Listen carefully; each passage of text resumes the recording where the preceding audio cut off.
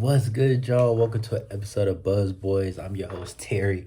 I know it's been a minute, but I'm back, and the Hornets are back. We're so fucking back. The Hornets hire Charles Lee to be the head coach. Announced earlier this morning, and man, I'm happy. This was my choice that I liked. It seemed like a pretty general consensus that the final two were Charles Lee and JJ Redick. Um, and I mean, I can see the potential for both, but to me, for this team with where we currently are, I just feel like Charles Lee was, the better choice. I don't want to call it the safe choice. I feel like just the better choice.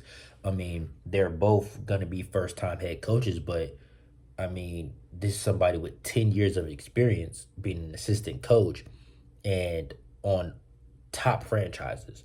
Um, I mean, he was with the Hawks from 2014 to 2018 when they were, at the top of the East, won 60 plus games, won the East Conference Finals. Was with the Bucks from 2018 to 2023, so he has a championship from that 2021 season.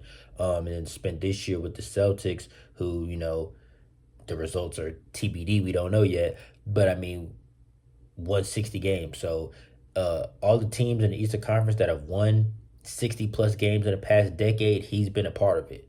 So he's somebody who's been around these premier franchises, knows how to win, knows what it takes to win, um, offensively, defensively.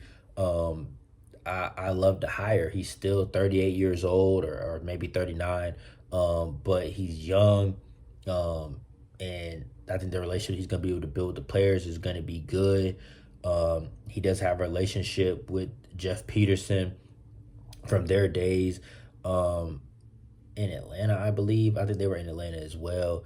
And he knows the owner, Plotkin, from Atlanta as well. They were minority owners there. So, it all kind of ties in together. But this is something that is completely different than what we've seen from the Hornets franchise in the past. It was kind of getting to the point where we're like, yo, we got to hurry and make a choice. And they said they're going to do their due diligence with the coaching search, which they did. We even interviewed the female coach from the Kings G League team. Um, I think we did our due diligence in the coaching search, and I mean, I'm happy with Charles Lee, man. I truly am, and like I said, it's totally different this time. It's like I think we already had the deal done. He signed a 4 year deal. It's he signed, um, but it's like we're like, yo, we got to make a hire. We got to make a hire, especially as you see these Lakers jobs and the Suns jobs opened up. Frank Vogel just got fired a hour ago. Um, so you see these bigger jobs possibly open up, and it's starting to get scared. Like fuck, especially with the Lakers. They were possibly targeting Lee. So you're like, damn, bro, the deal's already done. We're only waiting to announce it so we can drop a fucking promo. So we can drop fucking promo. Like, bro, the same day we already hired a coach, we already got a 10-minute interview out on fucking YouTube. Like, what's going on, bro? So this team seems to be more prepared, and just more locked in when it comes to the moves that's happening on the back end in the front office. They all seem to be moving on one accord, one page, which is something that I feel like we haven't seen from the prior regime, where sometimes it seemed like they didn't have any clue what direction or what they wanted to really do. They were just fucking winging it. And the results often showed that. But now everything seems calculated. Everything just seems on point. And I mean, just to hear him talk about, getting the opportunity, getting the job, he said, he was just super excited. He was cursing up a storm. He said he had to put some money in the swear jar or whatever in front of his kids or whatever. But he was just super excited to have the job, which is what the Hornets need. People who want to be in Charlotte and want to help turn this organization around. And that seems to be Charles Lee. He talked about the young core and the growth, and he's excited to be a part of that. And, I've seen people on Twitter talking about some, oh, the Suns job and the Lakers job. And, bro, it's a certain thing that comes with having job security that you can't deny. It's very important. Um, you know, having any type of room for error to grow, especially when you're a first year coach. Because let's say you go and take the Suns job, they just fired Frank Vogel. We saw Frank Vogel win a championship and still get fucking fired. But the Lakers, now they're already looking for their next coach. You go to the Suns, it was Frank Vogel's fault that the Suns didn't achieve. Look at their fucking roster, it was trash. But who gets scapegoated often? The coach. So let's say Kevin Durant requests a trade or whatever happened and the Suns end up being garbage. Next thing you know, Charles Lee is fired next year. Didn't have nothing to do with him. So that's where it's like it's a little bit of job security that comes with, come and join a building team because you can be a part of the process. Whereas, if you don't have success like this, it's not like people are calling for your job. Don't get me wrong. I don't know Charles Lee. I don't know what he was thinking about other opportunities, but he seemed to be excited to be in Charlotte, which is something that you want to see. And, he talked about having his trust in Jeff and the owners. And he's, the way that he talked about the owners' commitment to building the team. And he even mentioned financials multiple times that they're willing to put the money up, put their money where their mouth is to help improve this team, whether it be with the stadium, the roster, all of that stuff. And that's something completely different than we're used to. We saw Michael Jordan cheap out here and there on a lot of different little things that adds up. Look at the medical team, worst in the fucking league. I think it's the lowest paid in the league as well, if I'm not mistaken, or one of the lowest paid. So apparently we're gonna get a whole new medical staff. Everything like this ownership group, they're not playing around. Literally yesterday, I think it was Gabe Plotkin or Rich. I don't fucking know which one is which, but he was at the golf course. And they're like, somebody asked him, like, yo, what's going on with the coaching search? And he was like, yo, we're going to make an announcement real soon. Don't worry. The next morning we wake up, boom, announcement's done. So it's like, they're on their shit. I like it, bro. I'm excited. I'm excited to have him in place before the draft, before the lottery, like just so we can already know what we're going into this offseason with. Yeah, man, I'm super excited. I love the hire. This is exactly who I wanted just because, like I said, he has that winning pedigree, that championship pedigree, knows what it takes. This is the type of coach that this team needs to be able to, build something for the next 10 years. So you have to look ahead in the future. This is somebody who, fuck around and be coach of the year in a few years. Yeah, man, I love the hire.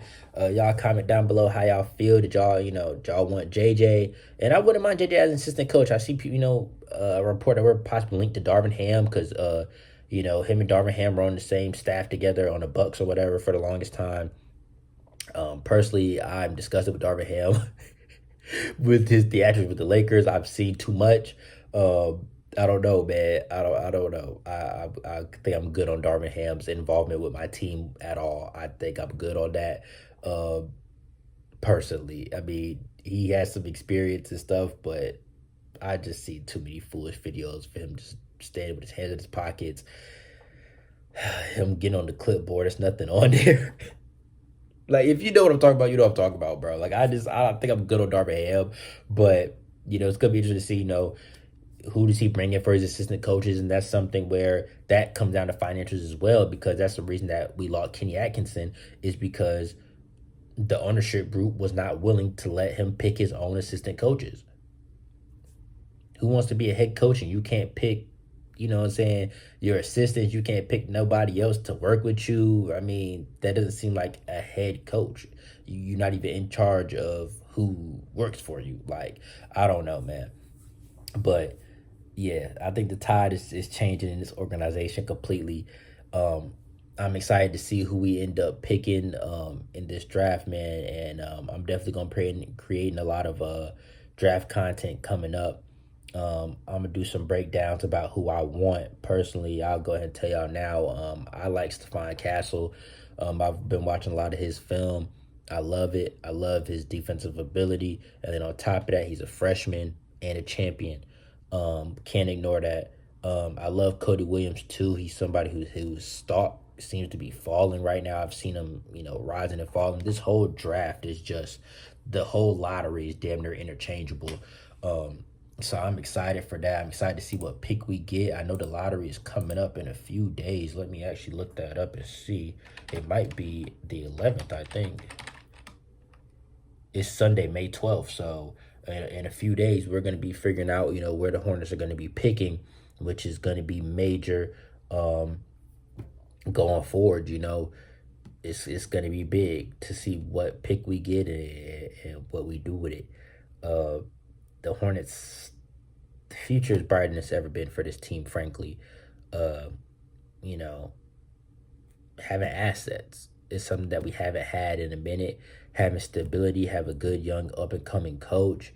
And even with this pick right here, yes, it's being called a weak draft, but at the end of the day, there's gems and studs in every draft. You got to find them. Um, and it's all about scheme and how do they fit your team. And at the end of the day, this lottery player, hopefully ends up being a top three pick for us. But it's different than when LaMelo comes in and it's like, yo, this is your team, lead us. It's different than even Brandon last year, because now you have those guys. You have LaMelo, you have Brandon, whether you however you feel about it, Miles, Mark, you have kind of franchise cornerstones, you can say, like, where it's like, okay, we believe these are our guys. This top three pick is a luxury coming in to where it's like you don't have to draft them and say, hey, carry our organization, be the franchise guy. We already have those. So, I think the Hornets are in a good position, possibly trade down, trade the pick for a proven player. It's a lot of things that the Hornets can do. We have a lot of options for the first time in a long time. And, we have some assets that came from these trades, man. So, hey, we'll see what we do. I'm not gonna get too much into that. I'll save that for another video. But anyways, I appreciate y'all watching. I'm back, man. I'm locked in. I'm finna be on it this summer. With all the content through the draft, summer league, everything that we do, I'm on it. I'm locked in, man. I apologize for kind of taking a hiatus at the end of the season, man. It was tough, man. All the losing, it just got tough. You're scrambling to get home to watch 30-point blowout every fucking night. Like, it just got tough, man. And after we made the trade at the deadline, it was so reinvigorating. But then all the guys ended up getting fucking hurt, and we just went right back to just the lowest pits. And it was tough to come home, watch that, have to create content about it. And it's like, bro, this fucking sucks. It just is what it is, man. But oh, and I do want to give a shout out because I said I was gonna do it. At Dreamville, a supporter came up to me. He was like, "Yo, I love your channel, bro. You a celebrity, bro. I watch all your shit, bro." Da da da. And it meant so much to me, bro. And I told you that I was gonna shout you out in my next video. So, hey, shout out to you, bro. I can't remember your name, but I'll post a picture or whatever. I still got a picture on my phone. So, shout out to you, bro. Thank you for being a supporter. And to anybody else watching, bro, if y'all see me out at a Hornets game or just whatever, bro, come up to me, say what's up, bro. Tell me that you watch. That shit makes my day. It makes me feel good, bro. I appreciate all of y'all. And we still on the grind to 1,000 subscribers. I got to hit it this summer, man. I got too close to fucking tail off, man. So I got to lock in. But anyways, I'll catch y'all on the next one, man. Peace.